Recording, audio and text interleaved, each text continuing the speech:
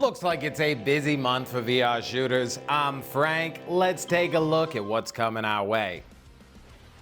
Dead Hook is a roguelike story-driven shooter that takes its inspiration from games like Doom.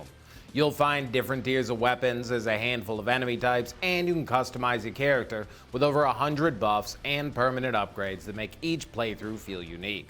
This is a fairly physical game, so best to have a bit of space, and you'll have the best experience standing. Just be careful.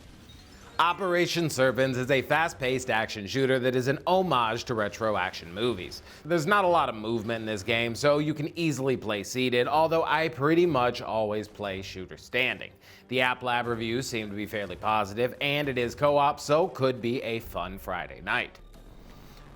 Inspired by games like Escape from Tarkov and DayZ, Ghost of Tabor is a PvP extraction shooter that will constantly keep you on the edge of your seat. Although, you're probably going to want to move around, and I wouldn't really suggest it for the most casual VR users, but it is a good time, and they have a solid community, which is always a plus. Not exactly a VR shooter, but also not exactly a platformer. Max Mustard has you and the famous professor, for which the game has been named, traveling to reunite pups with their family. As you play in both first and third person, you must manage all the mishaps and puzzle platforming that happen along the way.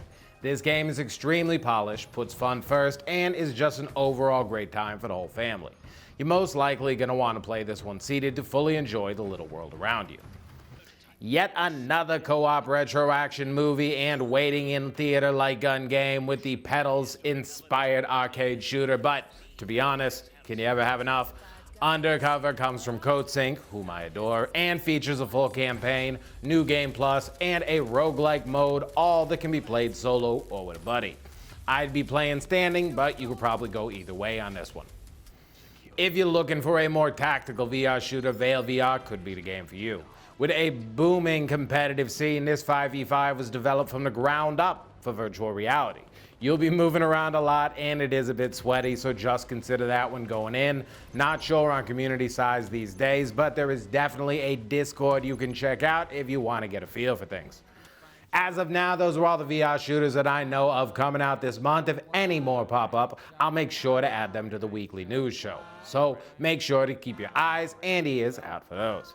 Thanks for watching. I'm Frank. You're the best. Don't forget that you're in control, and friggin' subscribe. I mean, come on, nah.